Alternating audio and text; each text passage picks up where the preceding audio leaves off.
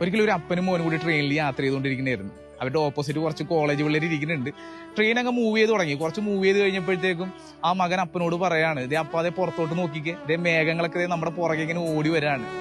ഈ ചെക്കൻ എന്ത് തേങ്ങയാണ് ഈ പറയണെന്നുള്ള മട്ടില് ആ കോളേജ് പയ്യൻ ഈ ചെക്കനെ നോക്കിക്കൊണ്ടിരിക്കുന്നുണ്ട്.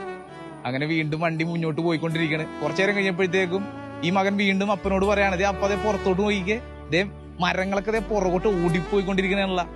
ഇത് കേട്ടപ്പോഴത്തേക്കും കോളേജ് പയ്യന് സഹിക്കാൻ പറ്റിയില്ല. അവൻ വന്നിട്ട് ഈ അപ്പന്റെ അടുത്ത് വളരെ രഹസ്യമായിട്ട് പറയാണ്, ചേട്ടാ പറയുന്നതിലൊന്നും വിചാരിക്കരുതിട്ടാ, ചേട്ടന്റെ മോൻ എന്തോ പ്രശ്നമുണ്ട്, എന്താണ് ഈ ചെക്കൻ ഇങ്ങനെയൊക്കെ പറയണത്. അപ്പോഴത്തേക്കും അപ്പൻ അവനോട് പറഞ്ഞു, അതേ മോനെ, ചെറിയ പ്രശ്നം ഉണ്ടായിരുന്നു, അവന് ഡോക്ടറെയൊക്കെ കാണിച്ചിട്ട് വന്ന വരവാണ്.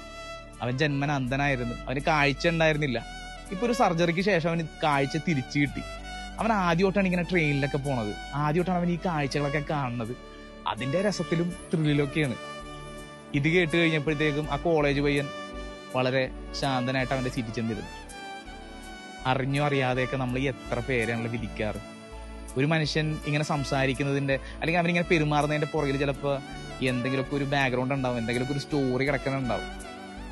അതിനാൽ അറിഞ്ഞുകൊണ്ടും അറിയാതെയൊന്നും ആരും വിധിക്കാതിരിക്കാനായിട്ട് നമുക്ക് പരിശ്രമിക്കാം.